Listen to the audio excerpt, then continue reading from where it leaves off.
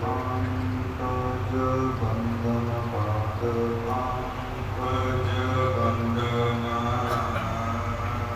सिमरो दुख निकंदन अमरदास गुर हृदय दियावो हृदय दियावो रामदास गुण गावो श्री आयुजन विघ्नन के नाशक विघ्नन के नाशक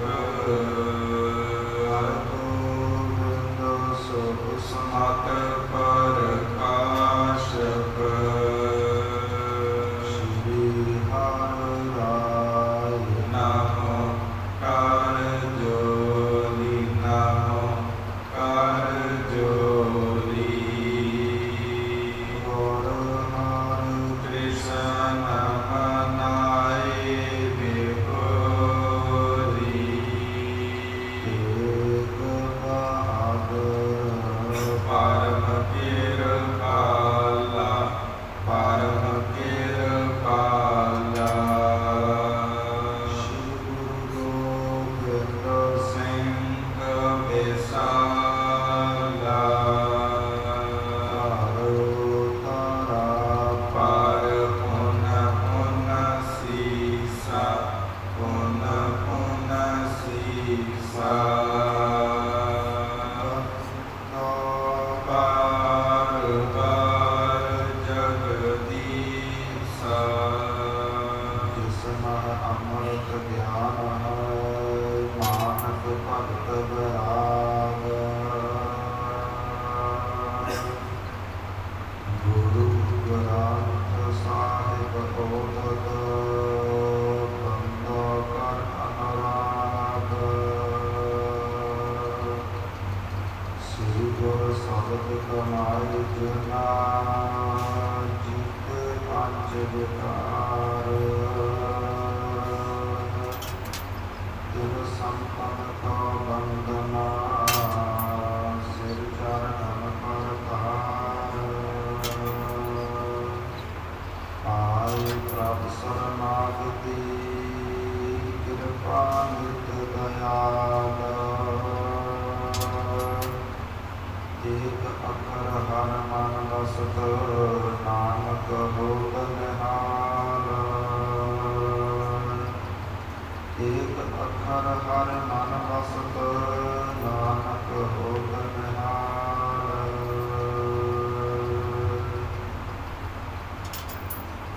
पतित पावन भक्त वत्सल कृपा निधान रहमता निसागर मेरी पीढ़ी दे मालक साहिब श्री गुरु हरगोबिंद साहिब जियां दे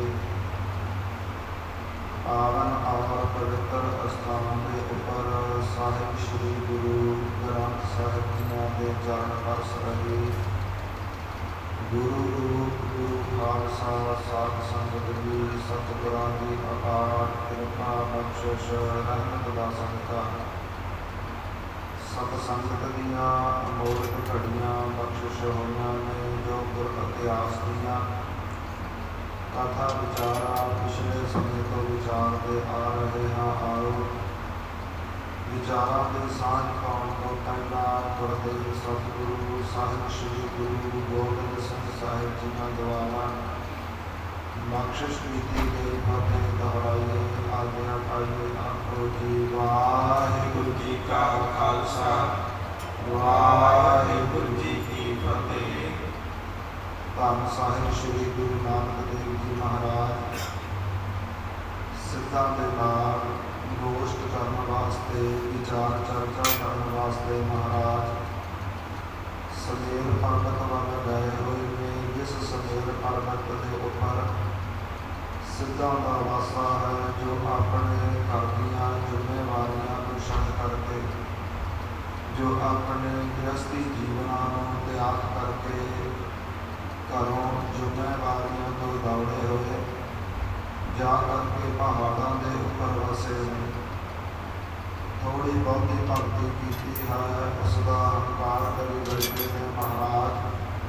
ਉਹਨਾਂ ਭੁੱਲਿਆ ਹੋਇਆ ਸਿੱਧਾਂ ਨੂੰ ਜੋਗੀਆਂ ਨੂੰ ਸਿੱਧੇ ਰਸਤੇ ਪਾਉਣ ਵਾਸਤੇ ਸਤਿਗੁਰੂ ਜੀ ਗਏ। ਸਭ ਤੋਂ ਪਹਿਲਾਂ ਸਾਹਿਬ ਸ੍ਰੀ ਗੁਰੂ ਨਾਨਕ ਦੇਵ ਜੀ ਨਾਲ ਜੋ ਸਿੱਧਾਂ ਦਾ ਗੁਰੂ ਹੈ ਗੋਰਖਨਾਥ, ਉਹਨਾਂ ਦਾ ਮੁਖੀਆ ਹੈ, ਉਸ ਦੇ ਨਾਲ ਵਿਚਾਰ ਚਰਚਾ ਹੁੰਦੀ ਹੈ। ਸਤਿਗੁਰਾਂ ਨਾਲ ਸਵਾਲ ਜਵਾਬ ਹੁੰਦੇ ਨੇ।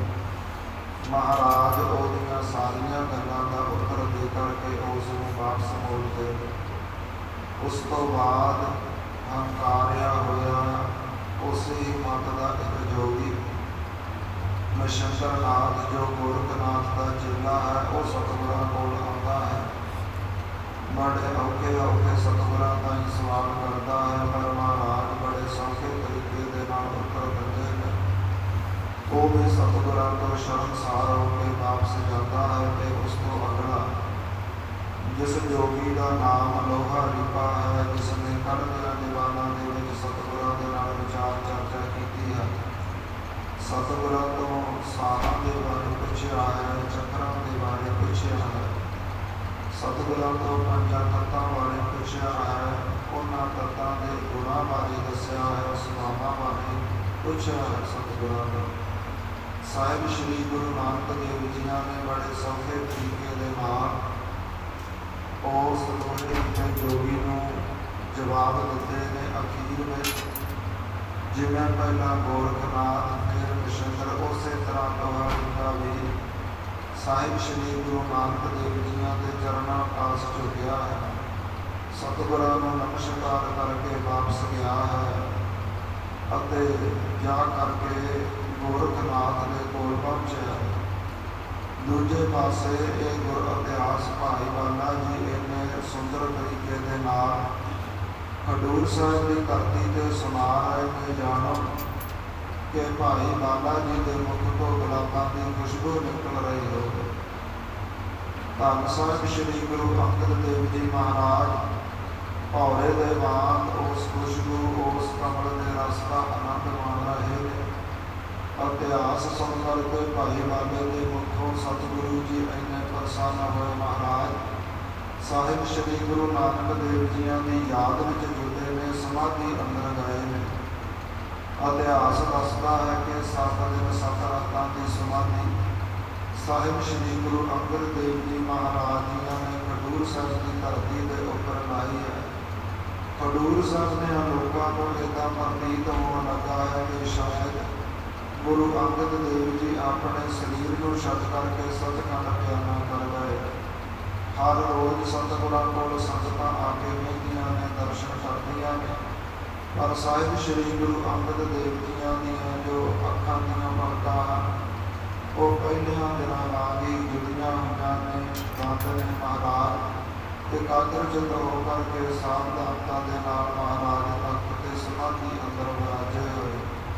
ਕਵੀ ਜੀ ਕਹਿੰਦੇ, ਐਸੇ ਸਤਿਗੁਰਾਂ ਤੋਂ ਮੈਂ ਬਾਹਰ ਨਹੀਂ ਬਲਿਹਾਰ ਨਹੀਂ ਜਾਂਦਾ ਹਾਂ, ਨਮਸਕਾਰ ਕਰਦਾ ਹਾਂ ਅਤੇ ਐਸੇ ਗੁਰ ਇਤਿਹਾਸ ਨੂੰ ਨਮਸਕਾਰ ਕਰਦਾ ਹਾਂ। ਇੱਥੋਂ ਤੱਕ ਕੱਲ੍ਹ ਦੀਆਂ ਕਥਾ ਵਿਚਾਰਾਂ ਆਈਆਂ ਸਤਸੰਗਤ ਜੀ।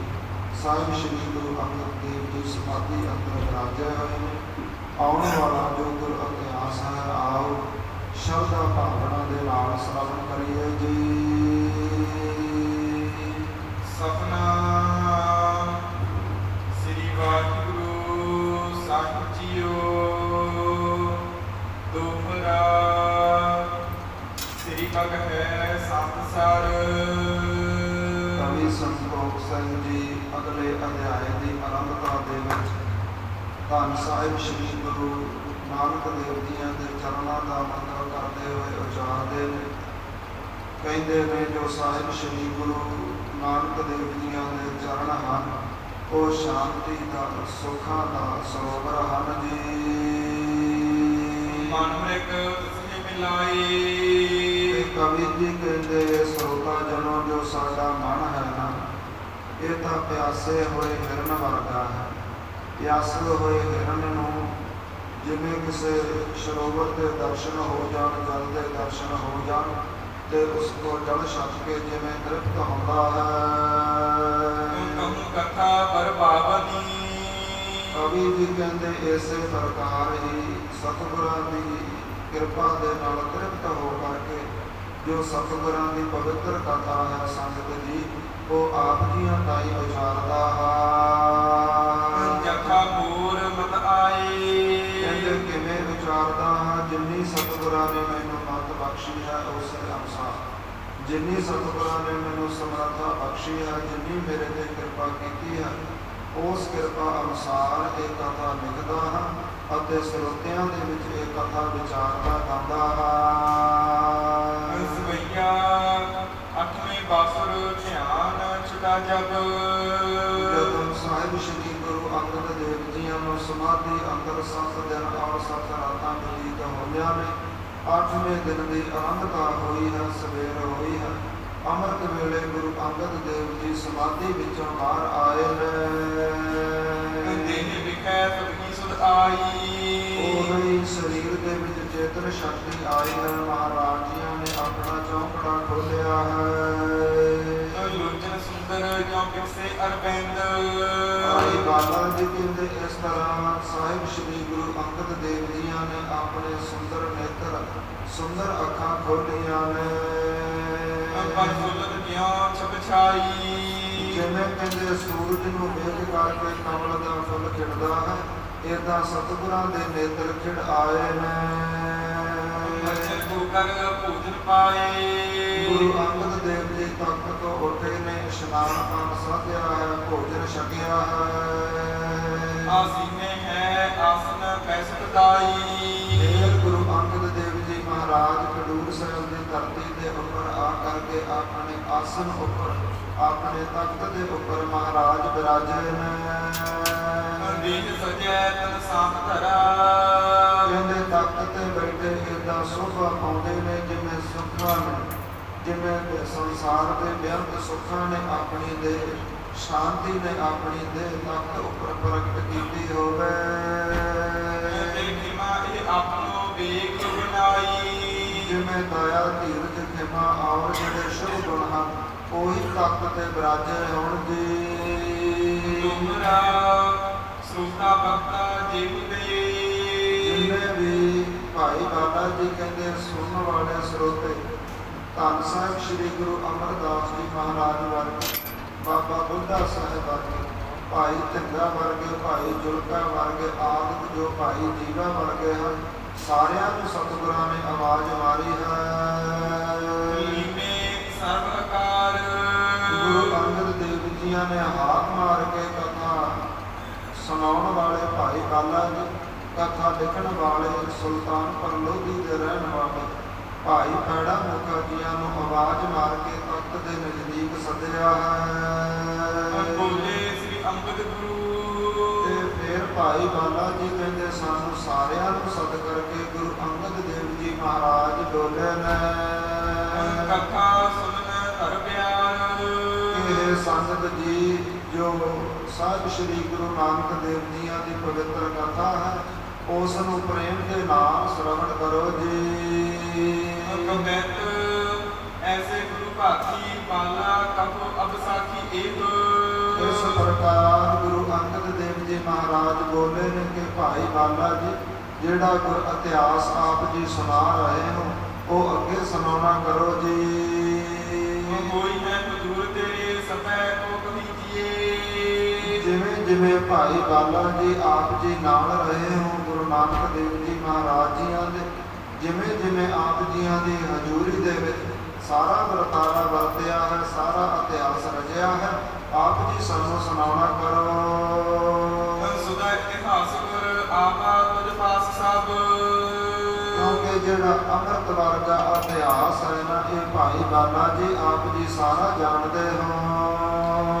ਔਰ ਕੋ ਸੁਨਾਏ ਨਾ ਅਗਾਏ ਨਿਤ ਇਹ ਬੀਜੀਏ ਕਿਰਪਾ ਕਰਕੇ ਭਾਈ ਬਾਲਾ ਜੀ ਇਹ ਸੰਗਤਾਂ ਨੂੰ ਵੀ ਸੁਣਾਉਣਾ ਕਰੋ, ਉਹਨਾਂ ਦਾ ਭਲਾ ਹੋਵੇਗਾ। ਕੇਵਲ ਇਹੀ ਜੋ ਅੰਮ੍ਰਿਤ ਵਰਗਾ ਇਤਿਹਾਸ ਹੈ ਆਪ ਹੀ ਛਕ ਕੇ, ਆਪ ਹੀ ਆਨੰਦ ਮਾਣ ਕੇ ਤ੍ਰਿਪਤ ਨਾ ਹੋਵੋ। ਸੰਗਤਾਂ ਤਾਈਂ ਜੋ ਇਹ ਅੰਮ੍ਰਿਤ ਇਤਿਹਾਸ ਹੈ ਇਸ ਨੂੰ ਵਰਤਾਉਣਾ ਕਰੋ ਜੀ। ਬਾਲਾ ਕਹੈ ਐਸੇ ਕੋਈ ਮੋਹਿ ਟਕ ਪੈਸੇ ਸਭ ਤੇ ਭਾਈ ਬਾਲਾ ਜੀ ਗੁਰੂ ਅੰਗਦ ਦੇਵ ਜੀ ਮਹਾਰਾਜ ਜੀਆਂ ਤੋਂ ਆਗਿਆ ਲੈ ਕਰਕੇ ਕਹਿਣ ਲੱਗਾ, ਮਹਾਰਾਜ ਆਪ ਜੀਆਂ ਨੂੰ ਦੱਸਦਾ ਹਾਂ। ਇਸੇ ਪ੍ਰਕਾਰ ਗੁਰੂ ਨਾਨਕ ਦੇਵ ਜੀ ਅਤੇ ਭਾਈ ਮਰਦਾਨਾ ਜੀ ਅਸੀਂ ਇੱਕ ਦੂਜੇ ਦੇ ਨਜ਼ਦੀਕ ਬੈਠੇ ਸੀ। ਜੈਸੇ ਬਿਦ ਭਈ ਤੈਸੇ ਵਰਨੋ ਸਮੀਜੀਏ। ਤੇ ਜਿਵੇਂ ਇਹਨੂੰ ਅਗਲਾ ਇਤਿਹਾਸ ਆਉਂਦਾ ਹੈ, ਕੀ ਵਰਤਾਰੇ, ਕੀ ਕੌਤਕ ਵਰਤੇ ਨੇ, ਕਿਵੇਂ ਵਿਚਾਰ ਚਰਚਾ ਹੋਈ ਹੈ, ਗੁਰੂ ਅੰਗਦ ਦੇਵ ਜੀ ਸੁਣਨਾ ਕਰੋ। ਬਾਲਾ ਜੋ ਅਲਾਏ ਪੈੜਾ ਲਿਖਤ ਬਣਾਏ। ਅੰਮ੍ਰਿਤਸਰ ਜ਼ਿਲ੍ਹਾ ਹੈ, ਖਡੂਰ ਸਾਹਿਬ ਦੀ ਧਰਤੀ ਹੈ, ਗੁਰੂ ਅੰਗਦ ਦੇਵ ਮਹਾਰਾਜ ਜੀਆਂ ਦੀ ਪਵਿੱਤਰ ਹਜ਼ੂਰੀ ਹੈ। ਭਾਈ ਬਾਲਾ ਜੀ ਅਗਲਾ ਇਤਿਹਾਸ ਸੁਣਾਉਣ ਲੱਗਦੇ ਨੇ ਤੇ ਉਸੇ ਸਮੇਂ ਸੁਲਤਾਨਪੁਰ ਲੋਧੀ ਦੇ ਰਹਿਣ ਵਾਲੇ ਭਾਈ ਪੈੜਾ ਮੋਖਾ ਆਪਣੀ ਕਲਮ ਚੱਕਦੇ ਨੇ। ਜਿਵੇਂ ਭਾਈ ਬਾਲਾ ਜੀ ਸੁਣਾਉਂਦੇ ਨੇ ਉਵੇਂ ਪੈੜਾ ਮੋਖਾ ਇਤਿਹਾਸ ਲਿਖਦੇ ਨੇ। ਗੁਰੂ ਅੰਗਦ ਸੁਣਾਏ ਸੋ ਤੁਮ ਸੁਣ ਲੀਜੀਏ। ਗੁਰੂ ਅੰਗਦ ਦੇਵ ਜੀ ਮੈਂ ਸੁਣਾਉਣਾ ਕਰਦਾ ਹਾਂ, ਆਪ ਜੀ ਧਿਆਨ ਦੇ ਕੇ ਸੁਣਨਾ ਕਰੋ ਜੀ। ਸ੍ਰੀ ਬਾਲਾ ਸੰਤੁਰਵਾਚ। ਸੰਤੁਰ ਗੋਤਨਾ ਸੰਬੰਧ ਰੱਖਣ ਵਾਲੇ ਭਾਈ ਬਾਲਾ ਜੀ ਉਚਾਰਨ ਕਰਦੇ ਨੇ।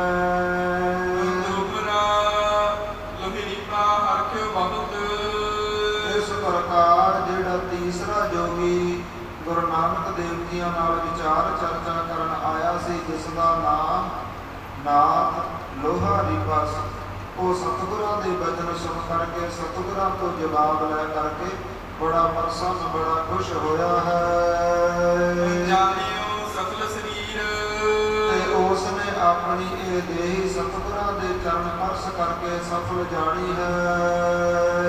ਸੁਭਗ ਵਾਕ ਗੋਸ਼ਟ ਕਰੀ। ਬੜੇ ਸੁੰਦਰ ਤਰੀਕੇ ਦੇ ਨਾਲ ਸਤਿਗੁਰਾਂ ਦੇ ਨਾਲ ਉਸ ਨੇ ਗੋਸ਼ਟ ਵਿਚਾਰ ਚਰਚਾ ਕੀਤੀ ਹੈ ਜੀ। ਬੈਠ ਗੁਰੂ ਕੇ ਤੀਰ। ਬੈਠ ਕਰਕੇ ਗੁਰੂ ਜੀ ਦੇ ਨਜ਼ਦੀਕ, ਗੁਰੂ ਜੀ ਦੇ ਚਰਨਾਂ ਪਾਸ ਸਵਈਆ ਹੋਏ ਬਿਨਾ ਮਨ ਕੋਠ ਕੇ ਢਕ। ਫਿਰ ਸਤਿਗੁਰਾਂ ਜੀਆਂ ਤੋਂ ਆਗਿਆ ਲੈ ਕਰਕੇ ਜੋ ਲੋਹਾ ਰੀਪਾ ਜੋਗੀ ਹੈ ਉਹ ਵਾਪਸ ਗਿਆ ਹੈ ਗੋਰਖਨਾਥ ਦੇ ਕੋਲ।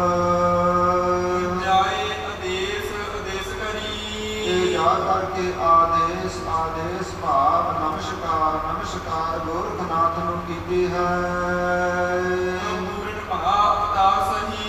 ਤੇ ਦੱਸਣ ਲੱਗਾ ਕਿ ਜਿਸ ਦੇ ਨਾਲ ਜਾ ਕੇ ਆਪਾਂ ਵਾਰੀ ਮੱਥਾ ਲਾਉਂਦੇ ਹਨ ਉਹ ਤਾਂ ਪੂਰਨ ਅਵਤਾਰ ਹੈ, ਆਪ ਖੁਦਾ, ਆਪ ਪਰਮੇਸ਼ਰ ਹੈ ਜੀ। ਅਵਤਾਰਨ ਕੋ ਪਗ ਧੂਰ ਤਰੀ। ਤੇ ਸੰਸਾਰ ਨੂੰ ਤਾਰਨ ਵਾਸਤੇ ਉਹਨਾਂ ਦੇ ਚਰਨਾਂ ਦੀ ਧੂੜ ਹੀ ਕਾਫੀ ਹੈ। ਕੋਈ ਕਾਫੀ ਸਮਾਨ ਲਖੋ। ਤੇ ਸਾਡੇ ਵਿੱਚੋਂ ਗੋਰਖਨਾਥ ਸੱਚ ਦੱਸਾਂ ਉਹਦੇ ਸਮਾਨ, ਉਹਦੇ ਬਰਾਬਰ ਕੋਈ ਵੀ ਨਹੀਂ ਦਿਸਦਾ। ਗਿਤ ਜਾਮਿਲ ਮਤ ਕੁਬੁੱਧ ਕਰੀ।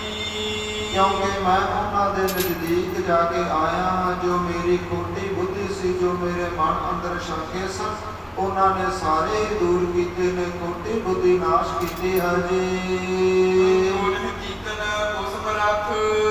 ਤੇ ਗੋਰਖਨਾਥ ਸਾਡੇ ਵਿੱਚੋਂ ਉਸ ਨੂੰ ਜਿੱਤਣ ਵਿੱਚ ਕੋਈ ਵੀ ਸਮਰੱਥ ਨਹੀਂ ਹੈ। ਇਸ ਪ੍ਰਕਾਰ ਲੋਹਾ ਰੀਪਾ ਦੇ ਮੁਖੋਂ ਸੁਣ ਕਰਕੇ ਸਾਰੀ ਗੱਲਬਾਤ ਗੋਰਖਨਾਥ ਕਹਿਣ ਲੱਗਾ ਹੈ।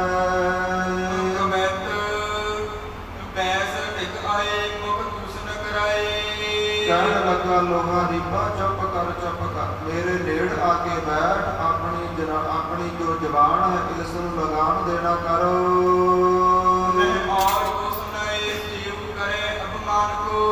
ਤੇ ਜਿਹੜੇ ਹੋਰ ਜੋਗੀ ਬੈਠੇ ਨੇ ਨਾ ਹੰਕਾਰੀ ਹੋਈ ਆਪਣੇ ਨਾਲ ਦੇ, ਇਹਨਾਂ ਨੂੰ ਨਾ ਸੁਣਾਉਣਾ ਕਰਕੇ ਗੁਰੂ ਨਾਨਕ ਨੇ ਤੇਰੇ ਨਾਲ ਵੀ ਉਹੀ ਕੀਤੀ ਹੈ ਜੋ ਮੇਰੇ ਨਾਲ ਕੀਤੀ ਸੀ। ਇਹਨਾਂ ਤਾਈਂ ਨਾ ਦੱਸਣਾ ਕਰ, ਇਹਨਾਂ ਨੂੰ ਵੀ ਮੈਂ ਵਾਰੀ ਘੱਲਣਾ ਹੈ।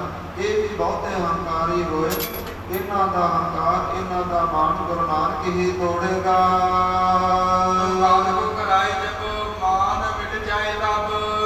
ਜਦੋਂ ਵਿਚਾਰ ਚਰਚਾ ਕਰਨ ਵਾਸਤੇ ਇਹਨਾਂ ਨੂੰ ਵਾਰੀ ਘੱਲਿਆਂਗਾ, ਇਹਨਾਂ ਦਾ ਹੰਕਾਰ ਵੀ ਦੂਰ ਹੋਵੇਗਾ।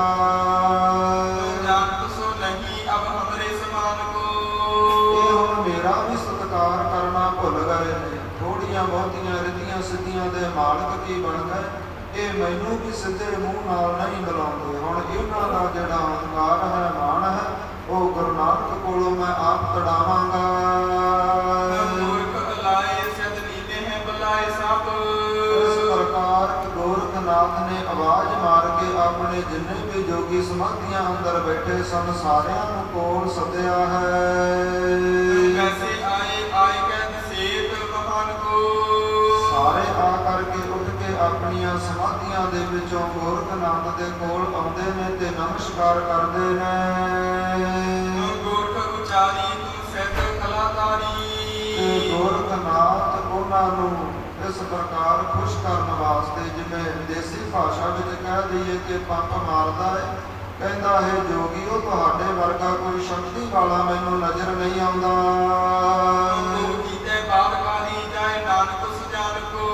ਤੇ ਜਿਹੜਾ ਸ੍ਰੇਸ਼ਟ ਨਾਨਕ ਪਹਾੜਾਂ ਵਿੱਚ ਆ ਵਸਿਆ ਹੈ, ਉਸ ਨੂੰ ਵਿਚਾਰ ਚਰਚਾ ਕਰਕੇ, ਉਸ ਨਾਲ ਝਗੜਾ ਕਰਕੇ ਉਸ ਨੂੰ ਜਿੱਤਣਾ ਕਰੋ। ਸਵਈਆ ਜੋ ਸੁਨ ਭੰਗਰ ਨਾਥ ਉਠਿਓ। ਤੇ ਇਹਨਾਂ 84 ਸਿੱਧਾਂ ਦੇ ਵਿੱਚੋਂ ਇੱਕ ਬਹੁਤਾ ਹੰਕਾਰਿਆ ਹੈ, ਜਿਸ ਦਾ ਨਾਮ ਜੋਗੀ ਭੰਗਰ ਨਾਥ ਹੈ। ਉਹ ਬੋਲਿਆ ਹੈ ਮੁਝ ਆਇਸ ਦੇਹੋ ਬਿਲਕ ਹੋ ਜਾਈ। ਕਿ ਮਹਾਰਾਜ ਗੋਰਖਨਾਥ, ਜੇਕਰ ਤੁਸੀਂ ਮੈਨੂੰ ਆਗਿਆ ਦੇ ਕਰਕੇ ਭੇਜੋ ਤੇ ਮੈਂ ਵੇਖਦਾ ਹਾਂ ਐਸਾ ਨਾਨਕ ਹੈ। ਉਸ ਸਮਰੱਥ ਅਰੇ ਹਮਰੇ ਸੰਗ। ਤੇ ਕੋਈ ਐਸਾ ਸਮਰੱਥ ਨਹੀਂ ਜੋ ਮੇਰੇ ਨਾਲ ਅੜ ਸਕੇ, ਮੇਰੇ ਨਾਲ ਚਰਚਾ ਕਰ ਸਕੇ। ਜਗ ਕਾਲ ਨਾ ਦੇਤ ਦਿਖਾਈ। ਤੇ ਕਲਯੁਗ ਦੇ ਭਿਆਨਕ ਸਮੇਂ ਦੇ ਵਿੱਚ ਕੋਈ ਵੀ ਸ੍ਰੇਸ਼ਟ ਬੁੱਧੀ ਵਾਲਾ ਸਾਡੇ ਤੋਂ ਬਿਨਾਂ ਸੰਸਾਰ ਤੇ ਹੋਰ ਨਜ਼ਰ ਨਹੀਂ ਆਉਂਦਾ। ਮੈਂ ਤੋਂ ਹਟਾਏ ਕੈ ਪਾਛੇ ਬਿਠਾਏ ਹਾਂ। ਜਾਂ ਤਾਂ ਵਿਚਾਰ ਚਰਚਾ ਕਰਕੇ ਉਹਨੂੰ ਮੈਂ ਪਿੱਛੇ ਮੋੜ ਦੇਵਾਂਗਾ, ਜਾਂ ਫਿਰ ਆਪਣੇ ਚਰਨਾਂ ਵਿੱਚ ਭਾ ਲਵਾਂਗਾ। ਨਾਗੁਰ ਆਨੋ ਕੋ ਪਾਏ ਲਗਾਈ। ਨਹੀਂ ਤਾਂ ਉਹਨੂੰ ਆਪਣੇ ਚਰਨਾਂ ਦੇ ਨਾਲ ਜੋੜ ਕੇ ਆਪਣਾ ਚੇਲਾ ਬਣਾ ਲਿਆਵਾਂਗਾ ਜੀ। ਨਾਨਕ ਤੋਰਨ ਕੀ ਸ਼ਕਤੀ ਮਮ। ਇਹ ਗੋਰਖਨਾਥ ਤੈਨੂੰ ਦੱਸ ਦੇਵਾਂ, ਭੰਗਰਨਾਥ ਕਹਿੰਦਾ ਹੈ ਸੰਗਤ ਜੀ ਕਿ ਮੇਰੇ ਵਿੱਚ ਤਾਰੇ ਤੋੜਨ ਦੀ ਸ਼ਕਤੀ ਹੈ। ਉਹ ਬਪਰਾ ਨਰ ਧੀਰ ਧਰਾਈ। ਤੇ ਫਿਰ ਵਿਚਾਰਾ ਗੁਰੂ ਨਾਨਕ ਜਿਹੜਾ ਛੋਟੀ ਉਮਰ ਦਾ ਹੈ, ਸਾਥੋਂ ਅੱਧੀ ਉਮਰ ਦਾ ਹੈ, ਉਹ ਸਾਡੇ ਨਾਲ ਕਿਵੇਂ ਚਰਚਾ ਕਰੇਗਾ, ਕਿਵੇਂ ਮੇਰੇ ਮੂਹਰੇ ਧੀਰਜ ਬੰਨ ਕੇ ਖੜੇਗਾ। ਸਵਈਆ ਗੋਰਖ ਆਇਸ ਦੇਤ ਭਇਓ। ਇਸ ਪ੍ਰਕਾਰ ਬੜਾ ਖੁਸ਼ ਹੋ ਕਰਕੇ ਗੋਰਖਨਾਥ ਨੇ ਆਗਿਆ ਭੰਗਰਨਾਥ ਨੂੰ ਦਿੱਤੀ ਹੈ। ਤੁਮ ਜੀਤ ਹੋ ਜਾਏ ਕੈ ਬਾਦ ਉਚਾਰੋ। ਤੇ ਤੂੰ ਜਾ ਕਰਕੇ ਗੁਰੂ ਨਾਨਕ ਨੂੰ ਜਿੱਤਣਾ ਕਰ, ਉਹਦੇ ਨਾਲ ਝਗੜਾ ਕਰ, ਉਹਦੇ ਨਾਲ ਵਿਚਾਰ ਚਰਚਾ ਕਰ। ਬੋਲਣ ਮੈਂ ਸਭ ਭਾਤ ਪ੍ਰਵੀਨ ਹੋ। ਕਿਉਂਕਿ ਤੂੰ ਬੋਲਣ ਦੇ ਵਿੱਚ, ਵਿਦਿਆ ਦੇ ਵਿੱਚ ਬੜਾ ਸਿਆਣਾ ਹੈ, ਤੇਰੇ ਕੋਲ ਬੜੀ ਸ਼ਕਤੀ ਹੈ। ਮੈਂ ਆਨਹੋ ਜੈਸ ਨਿਹਾਰੋ। ਇਸ ਪ੍ਰਕਾਰ ਉਹਨੂੰ ਇਸ ਤਰ੍ਹਾਂ ਵਿਚਾਰ ਚਰਚਾ ਵਿੱਚ ਹਰਾ ਦੇਈ ਕਿ ਉਹ ਯੋਗ ਮਤ ਅਪਣਾ ਲਵੇ, ਜੋਗੀ ਬਣਾ ਕੇ ਉਹਨੂੰ ਮੇਰੇ ਕੋਲ ਲਿਆਉਣਾ ਕਰੀ। ਸੁਣ ਪ੍ਰਸ਼ੰਸ ਸੁਣੀ ਕਰਪਿਓ ਔਰ। ਇਸ ਪ੍ਰਕਾਰ ਜਦੋਂ ਆਪਣੀ ਉਸਤਤੀ ਆਪਣੇ ਗੁਰੂ ਗੋਰਖਨਾਥ ਦੇ ਮੁਖੋਂ ਸੁਣੀ ਹੈ, ਹੋਰ ਹੰਕਾਰੀ ਹੋਇਆ ਹੈ। ਭੰਗਰ ਪੂਰਨ ਕੀਨ ਪਧਾਰੋ। ਤੇ ਭੰਗਰਨਾਥ ਨੇ ਗੁਰੂ ਨਾਨਕ ਦੇਵ ਜੀਆਂ ਵੱਲ ਚੱਲਣਾ ਕੀਤਾ ਹੈ। ਮੂਰਖ ਭੇਦਨ ਜਾਣਤ ਜੋ। ਭਾਈ ਬਾਲਾ ਜੀ ਕਹਿੰਦੇ ਪਰ ਉਹ ਮੂਰਖ ਹੈ, ਭੰਗਰਨਾਥ ਸਮਰੱਥ ਗੁਰੂ ਦਾ ਭੇਦ ਨਹੀਂ ਜਾਣਦਾ। ਨਿਗਮਾਗਮ ਕੋ ਇਹ ਰੂਪ ਆਧਾਰੇ। ਇਹ ਜਿੰਨੇ ਵੇਦ ਸ਼ਾਸਤਰ ਇਸ ਭੰਗਰਨਾਥ ਨੇ ਪੜ੍ਹੇ ਨੇ ਨਾ, ਉਹ ਸਾਰੇ ਵੇਦ ਸ਼ਾਸਤਰ ਹੀ ਗੁਰੂ ਨਾਨਕ ਦੇਵ ਜੀਆਂ ਦੇ ਆਸਰੇ ਨੇ। ਗੁਰੂ ਨਾਨਕ ਦੇਵ ਜੀਆਂ ਦੇ ਚਰਨਾਂ ਦੀ ਧੂੜ ਦੇ ਵਿੱਚੋਂ ਉਹ ਪਦਵੀ, ਉਹ ਸਿੱਖਿਆ, ਉਹ ਸੰਥਿਆ ਪ੍ਰਾਪਤ ਹੋ ਸਕਦੀ ਹੈ ਜਿਹੜੇ ਵੇਦ ਗ੍ਰੰਥ ਇਹ ਪੜ੍ਹ ਕਰਕੇ ਭੰਗਰਨਾਥ ਹੰਕਾਰੀ ਹੋਇਆ ਹੈ। ਸ੍ਰੀ ਗੁਰੂ ਜੀ ਗਵਨੇ ਜਿਤ ਆਗੇ। ਇਧਰੋਂ ਭੰਗਰਨਾਥ ਸਤਿਗੁਰਾਂ ਵੱਲ ਚੱਲਿਆ ਹੈ ਤੇ ਦੂਜੇ ਪਾਸੇ ਗੁਰੂ ਨਾਨਕ ਦੇਵ ਜੀ ਮਹਾਰਾਜ ਸ਼ਮੇਲ ਪਰਬਤ ਵੱਲ ਹੌਲੀ ਹੌਲੀ ਵਧੇ ਨੇ। ਸੋ ਚਾਲ ਸੁਹਾਈ। ਬੜੀ ਸੁੰਦਰ ਚਾਲ ਦੇ ਨਾਲ ਗੁਰੂ ਨਾਨਕ ਦੇਵ ਜੀ ਭਾਈ ਬਾਲੇ ਮਰਦਾਨੇ ਨੂੰ ਲੈ ਕਰਕੇ ਚਾਲਾ ਪਾਇਆ ਹੈ। ਜੇ ਗਏ ਜਬ ਹੀ ਬਹੁਤੇ। ਜਦੋਂ ਬਹੁਤਾ ਹੀ ਧਰਤੀ ਤੋਂ ਉੱਪਰ ਗਏ ਨੇ, ਬੱਦਲਾਂ ਤੋਂ ਉੱਪਰ ਹੋਏ ਨੇ। ਮਰਦਾਨਾ ਜੀਆਂ ਨੇ ਆਸਾ ਪਾਸਾ ਜਿਹਾ ਵੇਖਿਆ ਹੈ ਤੇ ਸਤਿਗੁਰਾਂ ਨੂੰ ਕਹਿਣਾ ਕੀਤਾ ਹੈ ਦੇਖ ਰਹਿਓ ਨਿਜ ਲੋਚਨ ਸੰਗ ਕਿ ਧੰਨ ਸਾਹਿਬ ਸ੍ਰੀ ਗੁਰੂ ਨਾਨਕ ਦੇਵ ਜੀ ਮਹਾਰਾਜ ਮੈਂ ਆਪਣੀਆਂ ਅੱਖਾਂ ਦੇ ਨਾਲ ਚਾਰ ਸਫੇਰਾ ਵੇਖਿਆ ਹੈ ਪਰ ਕੁਝ ਨਜ਼ਰ ਨਹੀਂ ਆਇਆ ਤੇ ਰਾਤਰੀ ਦਾ ਸਮਾਂ ਹੋਇਆ ਹੈ ਮਹਾਰਾਜ ਕਿਤੇ ਚੰਦਰਮਾ ਵੀ ਦਿਖਾਈ ਨਹੀਂ ਦਿੰਦਾ ਉੱਪਰ ਹੈ ਕਿ ਨਹੀਂ ਸਥਾਨ ਮਹਾਰਾਜ ਇਸ ਤੋਂ ਉੱਪਰ ਹੈ ਜਾਂ ਇਸ ਤੋਂ ਥੱਲੇ ਹੈ ਕਹਾਂ ਲਗ ਜਾਵੋ ਦੇਖੋ ਬਤਾਈ ਮਹਾਰਾਜ ਨਾਲੇ ਇਹ ਵੀ ਦੱਸ ਦੇਵੋ ਤੁਸੀਂ ਸਾਨੂੰ ਹੁਣ ਥੱਲੇ ਨੂੰ ਲੈ ਕੇ ਜਾਂਦੇ ਹੋ ਜਾਂ ਇਹ ਤੋਂ ਉੱਪਰ ਲੈ ਕੇ ਚੱਲੇ ਹੋ ਸੁਣ ਕੇ ਗੁਣ ਐਨ ਭਲੇ ਮੁਖ ਬੈਨ ਗੁਨਾਹ ਦੇ ਖਜ਼ਾਨੇ ਗੁਰੂ ਨਾਨਕ ਦੇਵ ਜੀਆਂ ਨੇ ਭਾਈ ਮਰਦਾਨੇ ਦੀਆਂ ਬੇਨਤੀਆਂ ਸੁਣ ਕਰਕੇ ਵਚਨ ਕੀਤੇ ਨੇ ਰਹਿਓ ਬਪਰੈਨ ਸੋ ਨੀਚੇ ਹਮਾਰੇ ਕਿ ਭਾਈ ਮਰਦਾਨਾ ਜੀ ਜਿਸ ਚੰਦਰਮਾ ਦੇ ਤੁਸੀਂ ਦਰਸ਼ਨ ਕਰਨਾ ਚਾਹੁੰਦੇ ਹੋ ਉਹ ਤਾਂ ਸਾਤੋਂ ਕੋਹਾਂ ਥੱਲੇ ਰਹਿ ਚੁੱਕਾ ਹੈ ਜਗ ਸੂਰਜ ਚਾਂਦ ਪ੍ਰਕਾਸ਼ ਕਟੇ ਜਗ ਜਿਹੜੇ ਸੂਰਜ ਔਰ ਚੰਦਰਮਾ ਪ੍ਰਕਾਸ਼ਕ ਦੇ ਸਰੋਤ ਹਨ ਨੈਣ ਕਰੇ ਕਰ ਲਿਹੋ ਨਿਹਾਰੇ ਜੇਕਰ ਉਹਨਾਂ ਨੂੰ ਵੇਖਣਾ ਚਾਹੁੰਦੇ ਹੋ ਤੇ ਨੀਵੀਂ ਪਾ ਕੇ ਧਿਆਨ ਦੇ ਨਾਲ ਧਰਤੀ ਵੱਲ ਵੇਖੋ ਨਜ਼ਰ ਆਉਣਗੇ ਔਰ ਸਥਾਨ ਜੋ ਬੂਝਤ ਉੱਪਰ ਹੈ ਤੇ ਜੇਕਰ ਸਾਨੂੰ ਪੁੱਛਦੇ ਹੋ ਕਿ ਕਿੱਥੇ ਚੱਲੇ ਹਾਂ ਤੇ ਭਾਈ ਮਰਦਾਨਾ ਜੀ ਆਪਾਂ ਉੱਪਰ ਚੱਲੇ ਹਾਂ ਬਹੁਤੇ ਅਨੇਕ ਪ੍ਰਕਾਰੇ ਤੇ ਜਿੱਥੇ ਬੜੇ ਸੁੰਦਰ ਅਸਥਾਨ ਨੇ ਬੜੀ ਸੁੰਦਰ ਜਗ੍ਹਾ ਬਣੀਆਂ ਹੋਈਆਂ ਨੇ ਜਹ ਮੇਰ ਕੋ ਸਿਖਰ ਸਹਿਤ ਰਹਿਤ ਹੈ ਜਿਹੜਾ ਸ਼ਮੇਰ ਪਰਬਤ ਦਾ ਸਿਖਰ ਹੈ ਨਾ ਜੋ ਅਸਮਾਨ ਵਿੱਚ ਵੜਿਆ ਹੋਇਆ ਹੈ ਉਸ ਅਸਮਾਨ ਦੇ ਵਿੱਚ ਉਸ ਸਮੇਰ ਪਰਬਤ ਦੇ ਸਿਖਰ ਦੇ ਉੱਪਰ ਇਹਨਾਂ ਜੋਗੀਆਂ ਦਾ ਇਹਨਾਂ ਸਿੱਧਾਂ ਦਾ ਵਾਸਾ ਹੈ ਐ ਸ਼ਕਤੀ ਜਨ ਬੀਚ ਉਧਾਰੇ ਤੇ ਜੋ ਬੜੀ ਸ਼ਕਤੀ ਦੇ ਮਾਲਕ ਕਹਾਉਂਦੇ ਨੇ ਉਹ ਸਮੇਰ ਪਰਬਤ ਤੇ ਰਹਿੰਦੇ ਨੇ ਆਪ ਪਸੰਦ ਤੇ ਆਪ ਲਿਖੀ ਸੁਰ ਇਸ ਪ੍ਰਕਾਰ ਬੜੇ ਮੁਨੀ ਜਨ ਜਿਹੜੇ ਸੇਖ ਹੋਏ ਨੇ ਇਸ ਪ੍ਰਕਾਰ ਜਿਹੜੇ ਲਿਖੀ ਹੋਏ ਨੇ ਉਹਨਾਂ ਦਾ ਉੱਪਰ ਵਾਸਾ ਹੈ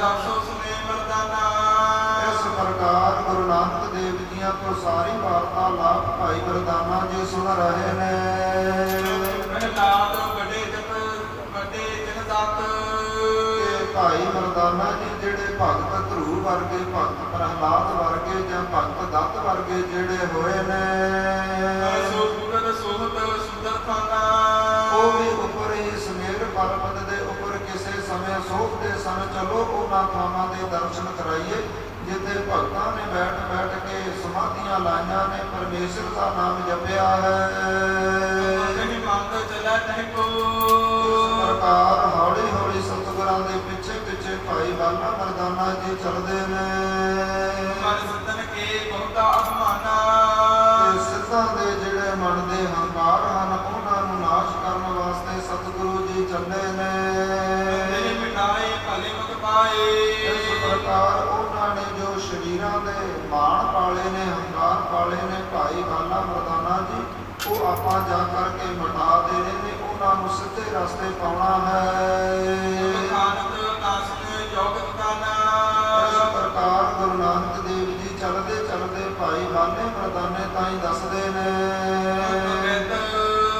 ਭੰਗਰ ਸੋ ਆਏ ਮੁਖ ਬਚਨ ਅਲਾਏ ਇਧਰੋਂ ਗੁਰੂ ਨਾਨਕ ਦੇਵ ਜੀ ਜਾ ਰਹੇ ਸਨ ਉਧਰੋਂ ਮੂਹਰਿਓਂ ਭੰਗਰਨਾਥ ਗੋਰਖਨਾਥ ਤੋਂ ਆਗਿਆ ਲੈ ਕਰਕੇ ਆਇਆ ਹੈ ਰਸਤੇ ਵਿੱਚ ਸਤਿਗੁਰਾਂ ਦੇ ਨਾਲ ਇਸ ਪ੍ਰਕਾਰ ਆਮੋ ਸਾਹਮਣਾ ਹੋਇਆ ਹੈ ਕਿ ਭੰਗਰਨਾਥ ਨੇ ਮੁਖ ਤੋਂ ਇਸ ਪ੍ਰਕਾਰ ਕਿਹਾ ਹੈ ਮਾਈ ਮੁੰਡੇ ਕਹਾਂ ਜਾਏ ਤੋਹੇ ਗਮਤਾ ਨਾ ਜਾਣ ਕੋ ਸੰਗਤ ਜੀ ਇਹ ਇੱਕ ਨਿਰਮਲਿਆਂ ਦੇ ਵਿੱਚ ਨਿਰਮਲੇ ਸੰਪਰਦਾ ਦੇ ਵਿੱਚ ਜਾਂ ਜੋਗੀਆਂ ਸਿੱਧਾਂ ਦੇ ਵਿੱਚ ਇਸ ਨੂੰ ਗਾਲ ਕਿਹਾ ਜਾਂਦਾ ਹੈ ਜਿਵੇਂ ਆਪਾਂ ਕਿਸੇ ਨੂੰ ਗਾਲ ਕੱਢ ਕੇ ਭੈੜੇ ਸ਼ਬਦ ਵਰਤਦੇ ਹਨ ਤੇ ਕਹਿਣ ਲੱਗਾ ਮਾਈ ਮੁੰਡੇ ਕਹਾਂ ਜਾਏ ਇਹ ਮਾਂ ਮਰਿਆ ਤੂੰ ਕਿੱਥੇ ਜਾ ਰਿਹਾ ਹੈ ਤੈਨੂੰ ਅਗਲੇ ਰਸਤੇ ਦਾ ਪਤਾ ਹੈ ਕਿ ਨਹੀਂ ਆਗੇ ਦੁਖ ਪਾਏ ਜੈ ਹੈ ਪ੍ਰਾਣ ਕੋ ਗਵਾਏ ਕਿਉਂ ਤੂੰ ਅੱਗੇ ਜਾ ਕੇ ਦੁੱਖਾਂ ਨੂੰ ਪਾਵੇਂਗਾ ਜਿਹੜੇ ਚਾਰ ਸਾਹ ਤੇਰੇ ਕੋਲ ਨੇ ਇਹ ਵੀ ਗਵਾ ਲਵੇਂਗਾ ਸਕੇ ਨਾ ਬਚਾਏ ਅਠ ਪੀਤੇ ਨਹਿ ਮਾਨ ਕੋ ਇਸ ਲਈ ਤੈਨੂੰ ਕੋਈ ਵੀ ਬਚਾ ਨਹੀਂ ਸਕੇਗਾ ਜਿਹੜੀ ਜਾਣ ਦੀ ਤੇਰੀ ਜਿੱਦ ਹੈ ਨਾ, ਇਸ ਨੂੰ ਛੱਡ ਦੇਣਾ ਕਰ। ਆਗੇ ਚਲਵੇ ਕੀ ਚਾਹੇ ਪੁਰਖ ਕੋ ਗੁਰੂ ਕਰੋ। ਤੇ ਜੇਕਰ ਤੂੰ ਉੱਪਰ ਸਮੇਰ ਪਰਬਤ ਤੇ ਜਾਣਾ ਹੀ ਚਾਹੁੰਦਾ ਹੈ ਤੇ ਫਿਰ ਗੋਰਖਨਾਥ ਨੂੰ ਆਪਣਾ ਗੁਰੂ ਬਣਾਉਣਾ ਕਰ, ਗੁਰੂ ਮੰਨਣਾ ਕਰੋ। ਸੇਵਕ ਹੈ ਜਾਕੇ ਕਹੋ ਦੇਖ ਮਨ ਗਿਆਨ ਕੋ। ਕਿਉਂਕਿ ਜਿਹੜਾ ਮੇਰਾ ਗੁਰੂ ਗੋਰਖਨਾਥ ਹੈ ਉਹਦੇ ਬਹੁਤੇ ਚੇਲੇ ਉੱਪਰ ਬੈਠੇ ਨੇ ਤੇ ਉਹ ਆਪਣੇ ਚੇਲਿਆਂ ਤਾਈਂ ਬੜੀਆਂ ਚੰਗੀਆਂ ਸਿੱਖਿਆਵਾਂ ਦਿੰਦਾ ਹੈ। ਪਾਛੇ ਹਟ ਜਾਏ ਨਾ ਤੋ ਗੁਰੂ ਕਰ ਲਾਏ ਅਬ। ਜਾਂ ਤਾਂ ਪਿੱਛੇ ਹਟ ਜਾ, ਪਿੱਛੇ ਮੁੜ ਜਾ ਤੇ ਜਾਂ ਫਿਰ ਗੋਰਖਨਾਥ ਨੂੰ ਗੁਰੂ ਮੰਨ ਲੈ। ਦੋ ਮੈਂ ਏਕਤਾ ਏ ਜੇ ਤੂੰ ਚਾਹੇ ਨਿਜਬਾਨ ਕੋ। ਇਹਨਾਂ ਦੋਹਾਂ ਗੱਲਾਂ ਦੇ ਵਿੱਚੋਂ ਇੱਕ ਗੱਲ ਤੈਨੂੰ ਮੰਨਣੀ ਪੈਣੀ ਹੈ ਜੇਕਰ ਉੱਪਰ ਜਾਣਾ ਹੈ। ਮਨਸਾ ਹੈ ਮਾਇਤਾ ਕੋ ਮੁੰਡ ਹੈ ਮੁੰਡਾਈ। ਤੇ ਗੁਰੂ ਨਾਨਕ ਦੇਵ ਜੀ ਮਹਾਰਾਜ ਕਹਿਣ ਲੱਗੇ ਨੇ ਕਿ ਤੂੰ ਮੈਨੂੰ ਗਾਲ ਕੱਢੀ ਆ ਨਾ ਕਿ ਮਾਈ ਮੁੰਡੇ ਕਿਹਾ। ਮਹਾਰਾਜ ਕਹਿੰਦੇ ਜਿਹੜੀ ਮੇਰੀ ਮਾਂ ਹੈ ਨਾ, ਜਿਹੜੀ ਮੇਰੀ ਮਾਤਾ ਹੈ ਉਹੀ ਮੇਰੀ ਮਾਂ ਹੈ, ਜਿਹੜੀ ਮੇਰੀ ਸ੍ਰੇਸ਼ਟ ਮਾਤਾ ਹੈ ਉਹੀ ਮੇਰੀ ਮਾਂ ਹੈ। ਤੇ ਜਿਹੜੀ ਇਸ ਮੱਤ ਦੇ ਵਿੱਚ ਜਿਹੜੇ ਔਗਣ ਸਨ, ਮਹਾਰਾਜ ਕਹਿੰਦੇ ਜਾਣੋ ਕਿ ਮਾਂ ਦੇ ਕੇਸ ਕੱਟ ਦਿੱਤੇ ਹੋਣ, ਮੈਂ ਆਪਣੀ ਮੱਤ ਰੂਪੀ ਮਾਂ ਦੇ ਉਹ ਵਾਲ ਕੱਟ ਦਿੱਤੇ ਨੇ ਜੋ ਔਗਣਾਂ ਦੇ ਭਰੇ ਸਨ। ਮਾਈ ਮੁਕੀ ਮਾਈ ਸੰਗ ਤਜਾ ਨਾ ਸੰਭਾਲਿਆ। ਜਿਹੜੀ ਫਿਰ ਕਹਿੰਦੇ ਜਿਹੜੀ ਮਾਂ ਹੈ ਨਾ ਤੇ ਮਾਂ ਜਿਹੜੀ ਮੱਤ ਹੈ, ਮੱਤ ਦੀ ਮਾਂ ਹੁੰਦੀ ਹੈ ਮਾਇਆ। ਮਹਾਰਾਜ ਕਹਿੰਦੇ ਮੈਂ ਆਪਣੀ ਨਾਨੀ ਨੂੰ ਛੱਡ ਦਿੱਤਾ ਹੈ, ਜਿਹੜੀ ਮਾਇਆ ਉਹ ਤਿਆਗ ਦਿੱਤੀ ਹੈ।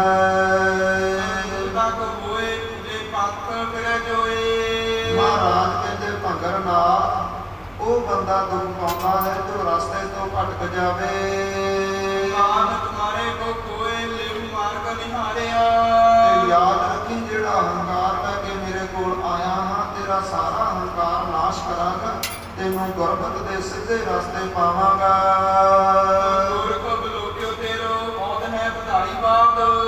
ਮੈਂ ਵੇਖਿਆ ਤੇਰਾ ਗੁਰੂ ਗੋਰਖਨਾਥ, ਪਹਿਲਾਂ ਉਹਦੇ ਨਾਲ ਹੀ ਮੇਰਾ ਸਾਹਮਣਾ ਹੋਇਆ ਸੀ ਭੰਗਰਨਾਥ। ਮੈਂ ਜਾਣਦਾ ਚੰਗੀ ਤਰ੍ਹਾਂ ਤੇਰੇ ਗੁਰੂ ਗੋਰਖਨਾਥ ਨੂੰ, ਉਹਦੇ ਨਾਲ ਮੇਰੀ ਚਰਚਾ ਹੋ ਚੁੱਕੀ ਹੈ। ਇਸ ਪ੍ਰਕਾਰ ਬਾਦਪੁਰ ਚਾਵੈ ਨਹਿ ਮਾਨ ਕੋ ਨਿਵਾਰਿਆ। ਹਲੇ ਤੱਕ ਉਹਦਾ ਹੰਕਾਰ ਨਹੀਂ ਟੁੱਟਿਆ, ਕਦੇ ਆਪ ਆਇਆ, ਕਦੇ ਉਹਨੇ ਇਸ ਪ੍ਰਕਾਰ ਤੈਨੂੰ ਪਹਿਲਾਂ ਵੀ ਦੋ ਜੋਗੀ ਨਛਿੰਦਰ ਵਰਗੇ, ਲੋਹਾ ਦੀਪਾ ਵਰਗੇ ਘੱਲੇ ਤੇ ਮੈਂ ਸ਼ਰਮਸਾਰ ਕਰਕੇ ਮੋੜੇ, ਅਜੇ ਵੀ ਉਹਦਾ ਹੰਕਾਰ ਨਹੀਂ ਟੁੱਟਿਆ। ਵਾਰ-ਵਾਰ ਮੇਰੇ ਨਾਲ ਵਿਚਾਰ ਕਰਨ ਵਾਸਤੇ, ਝਗੜਾ ਕਰਨ ਵਾਸਤੇ ਤੁਹਾਨੂੰ ਘੱਲਦਾ ਹੈ। ਉਹਨੇ ਤਾਂ ਆਪ ਹੀ ਗਿਆਨ ਖੋਇਆ ਹੋਇਆ ਹੈ, ਗ੍ਰਸਤੀ ਜੀਵਨ ਤੋਂ ਭੱਜਿਆ ਹੋਇਆ ਹੈ, ਘਰ ਦੀਆਂ ਜ਼ਿੰਮੇਵਾਰੀਆਂ ਤੋਂ ਭੱਜਿਆ ਹੋਇਆ ਹੈ। ਜਿਹੜੇ ਬੰਦੇ ਨੂੰ ਆਪ ਨੂੰ ਗਿਆਨ ਨਾ ਹੋਵੇ ਤੇ ਉਹ ਕਿਸੇ ਨੂੰ ਕੀ ਸਿੱਖਿਆ ਦੇਵੇਗਾ।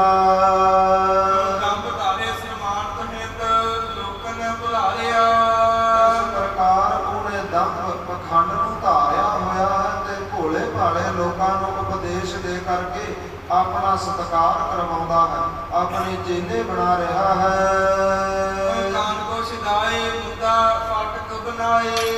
ਭੰਗਰਨਾਥ ਤੁਹਾਡੇ ਪੱਲੇ ਕੀ ਆ, ਕੰਨਾਂ ਨੂੰ ਫੜਾ ਕਰਕੇ ਤੁਸੀਂ ਮੁੰਦਰਾਂ ਪਵਾਈਆਂ ਨੇ। ਇਸ ਪ੍ਰਕਾਰ ਸੈਲੇ ਅੰਤ ਹੋਮਾ ਪਾਏ ਤੇ ਕਾਲੇ ਕਾਲੇ ਧਾਗੇ ਆਪਣੇ ਗਿੱਟਿਆਂ ਗੋਡਿਆਂ ਤੇ ਬੰਨ ਲਏ ਨੇ। ਤੇ ਆਪ ਜੀ ਤਾਂ ਸੱਚ ਜਾਣੋ ਪਖੰਡ ਦੇ ਖਜ਼ਾਨੇ ਹੋ, ਪਖੰਡਾਂ ਦੇ ਸਮੁੰਦਰ ਹੋ। ਫਿਰ ਆਪ ਜੀਆਂ ਨੇ ਸਵਾਹਾ ਆਪਣੇ ਸਰੀਰ ਤੇ ਮਲੀਆਂ ਨੇ, ਭਲਾ ਦੀ ਕੋਈ ਮਿੱਟੀ ਉੱਪਰ ਵੀ ਮਿੱਟੀ ਮਲਦਾ ਹੈ। ਇਹ ਜਿਹੜਾ ਸਰੀਰ ਪੰਜਾਂ ਤੱਤਾਂ ਦਾ ਬਣਿਆ ਇਹ ਮਿੱਟੀ ਹੈ ਤੇ ਮਿੱਟੀ ਦੇ ਉੱਪਰ ਕੋਈ ਮਿੱਟੀ ਮਲੀ ਜਾਵੇ ਉਸ ਨੂੰ ਮੂਰਖ ਕਹਿੰਦੇ ਨੇ। ਭਸਮ ਲਗਾਏ ਪਟ ਭਗਵੇਂ ਰੰਗਾਏ, ਸਰੀਰ ਉੱਪਰ ਤੁਸੀਂ ਸਵਾਹਾਂ ਮਲੀਆਂ ਨੇ ਤੇ ਭਗਵੇਂ ਜੇ ਕੱਪੜੇ ਪਹਿਨੇ ਹੋਏ ਨੇ।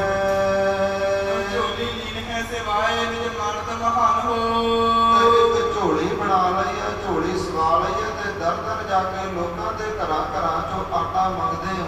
ਆਪਣਾ ਗ੍ਰਸਤੀ ਜੀਵਨ ਛੱਡ ਚੁੱਕੇ ਹੋ ਤੇ ਗ੍ਰਸਤੀਆਂ ਦੇ ਦਰਵਾਜ਼ਿਆਂ ਉੱਪਰ ਜਾ ਕਰਕੇ ਤੁਸੀਂ ਭਿਖਿਆ ਮੰਗਦੇ ਹੋ।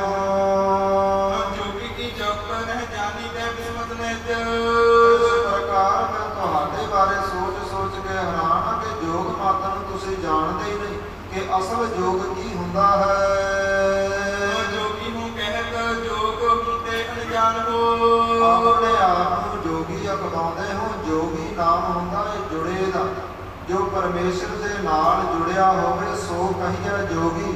ਮਹਾਰਾਜ ਕਹਿੰਦੇ ਪਰਮੇਸ਼ਰ ਨੂੰ ਭੁੱਲ ਚੁੱਕੇ ਹੋ, ਆਪਣੇ ਆਪ ਨੂੰ ਜੋਗੀ ਅਖਵਾਉਂਦੇ ਹੋ ਤੇ ਇਸ ਮੱਤ ਤੋਂ ਤੁਸੀਂ ਅਣਜਾਣ ਹੋ, ਪਖੰਡੀ ਹੋ ਜੀ।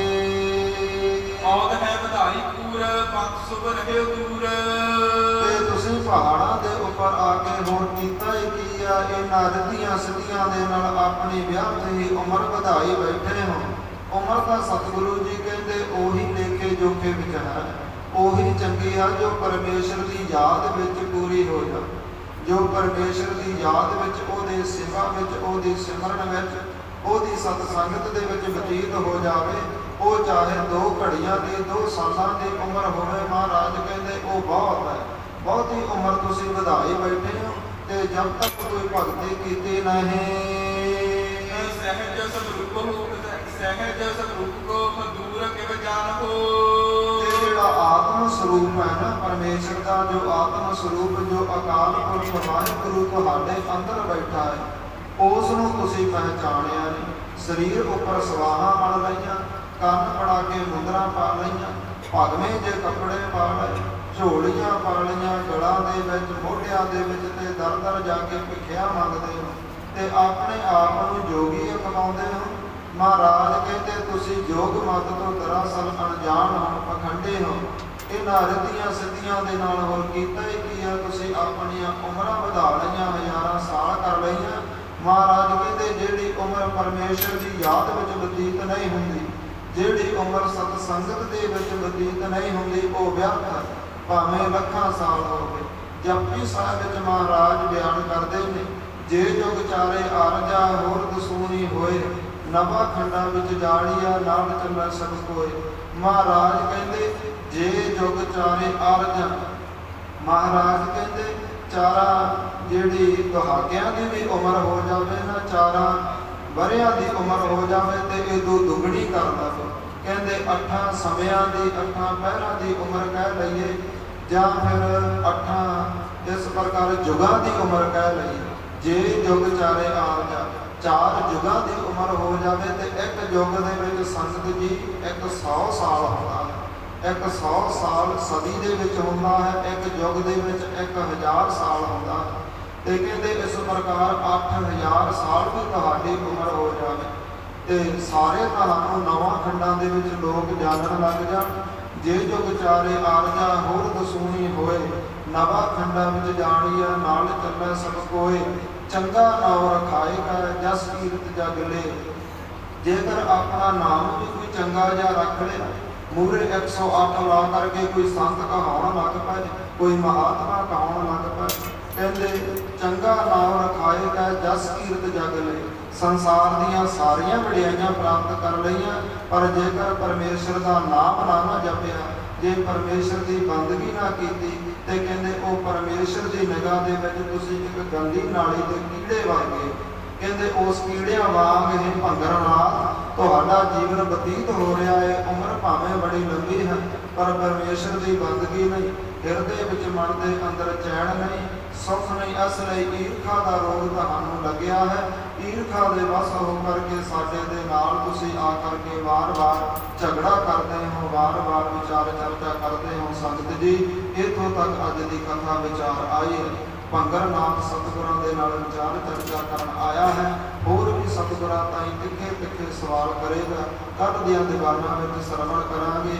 ਬਾਰੀ ਗੋਰਖਨਾਥ ਆਪਣੇ ਸਿੱਧਾਂ ਨੂੰ, ਆਪਣੇ ਜੋਗੀਆਂ ਨੂੰ ਸਤਿਗੁਰਾਂ ਵੱਲ ਘੱਲੇਗਾ ਤੇ ਸਮਰੱਥ ਸਤਿਗੁਰੂ ਜੀ ਉਹਨਾਂ ਦੇ ਉੱਤਰ ਦੇ ਕੇ ਉਹਨਾਂ ਨੂੰ ਸ਼ਰਮਸਾਰ ਕਰਕੇ ਜਾਣੋ, ਉਹਨਾਂ ਨੂੰ ਸ਼ੀਸ਼ਾ ਵਿਖਾ ਕੇ ਅਸਲੀ ਜੀਵਨ ਦੀ ਜਾਂਚ ਸਿਖਾ ਕਰਕੇ ਉਹਨਾਂ ਨੂੰ ਵਾਪਸ ਮੋੜਨਗੇ।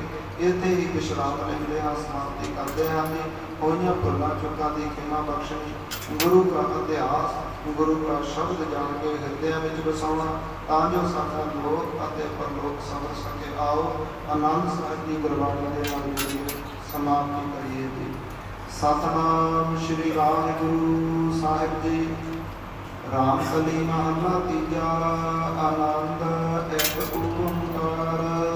ਗੁਰ ਪ੍ਰਸਾਦ ਆਨੰਦ ਪਾਇਆ ਮੇਰੀ ਮਾਏ। ਸਤਿਗੁਰੂ ਮੈਂ ਪਾਇਆ ਸਤਿਗੁਰ ਦਾ ਪਾਇਆ ਸਹਿਜ ਸਿੱਧੀ ਮਨ ਵਜੀਆਂ ਬਾਧਾਈਆਂ ਰਾਗ ਰਤਨ ਪਰਿਵਾਰ ਪਰੀਆਂ ਸ਼ਬਦ ਗਾਵਣੀਆਂ ਸਬਦੋ ਤਾ ਗਾਵੋ ਹਰੀ ਕੇਰਾ ਮਨ ਜਿਨੀ ਵਸਾਇਆ ਕਹਿ ਨਾਨਕ ਅਨੰਦ ਹੋਆ ਸਤਿਗੁਰੂ ਮੈਂ ਪਾਇਆ ਏ ਮਨ ਮੇਰੇ ਆਤਮ ਸਦਾ ਰਹੋ ਹਰ ਨਾਲੇ ਹਰ ਨਾਲ ਰਹੋ ਤੂੰ ਮਨ ਮੇਰੇ ਦੁਖ ਸਭ ਵਿਸਾਰਨਾ ਅੰਗੀਕਾਰ ਉਹ ਕਰ ਤੇਰਾ ਕਾਜ ਸਭ ਸਵਾਰਨਾ ਸਭਨਾ ਗੱਲਾਂ ਸਮਰੱਥ ਸੁਆਮੀ ਸੋ ਕਿਉ ਮਨ ਵਿਸਾਰੀ ਕਹਿ ਨਾਨਕ ਮਨ ਮੇਰੇ ਸਦਾ ਰਹੋ ਹਰ ਨਾਲੇ ਸਾਚੇ ਸਾਹਿਬਾ ਕਿਆ ਨਾਹੀ ਕਰਦੇ ਰਹਿ ਕਰਦਾ ਤੇਰਾ ਸਭ ਕਿਛ ਹੈ ਜਿਸ ਦੇ ਨੇ ਸੋ ਪਾਵਈ ਸਦਾ ਸਿਫਤ ਸਲਾਹ ਤੇਰੀ ਨਾਮ ਮਨ ਵਸਾਵਰੇ ਨਾਮ ਜਿਨ ਕੈ ਮਨ ਵਸਿਆ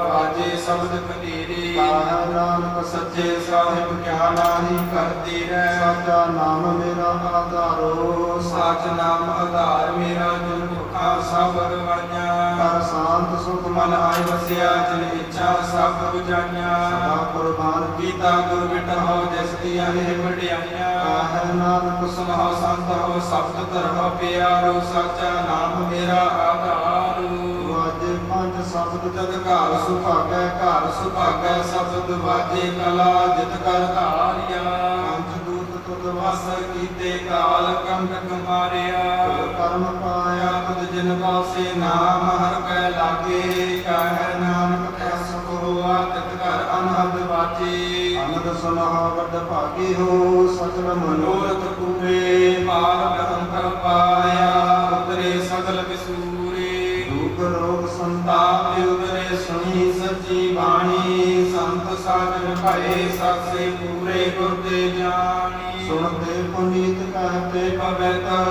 ਸਤਿਗੁਰ ਰਹਿਆ ਭਰਪੂਰੇ ਬਿਨਵੰਤ ਨਾਨਕ ਗੁਰ ਚਰਨ ਲਾਗੇ ਵਾਜੇ ਅਨਹਦ ਤੂਰੇ ਲੋਕ ਪਵਨ ਗੁਰੂ ਪਾਣੀ ਪਿਤਾ ਮਾਤਾ ਧਰਤ ਮਹਤ ਦਿਵਸ ਰਾਤ ਦੁਇ ਤਾੜੀ ਤਾਰਿਆ ਖੇੜੈ ਸਕਲ ਜਗਤ ਆਇਆ ਬੁਰਿਆਈਆ ਵਾਚਾ ਧਰਮ ਦੂਰ ਕਰਮੀ ਆਪੋ ਆਪਣੀ ਕੇ ਨੇੜੇ ਕੇ ਦੂਰ ਜਿਨੇ ਨਾਮ ਧਿਆਇਆ ਗਏ ਮਸਕਤ ਕਾਲ ਨਾਨਕ ਤੇ ਮੁਖ ਉਜਲੇ ਕੀਤੀ ਛੁੱਟੀ ਨਾਲ ਜਿਨੇ ਨਾਮ ਆਇਆ ਗਏ ਮਸਕਤ ਕਾਲ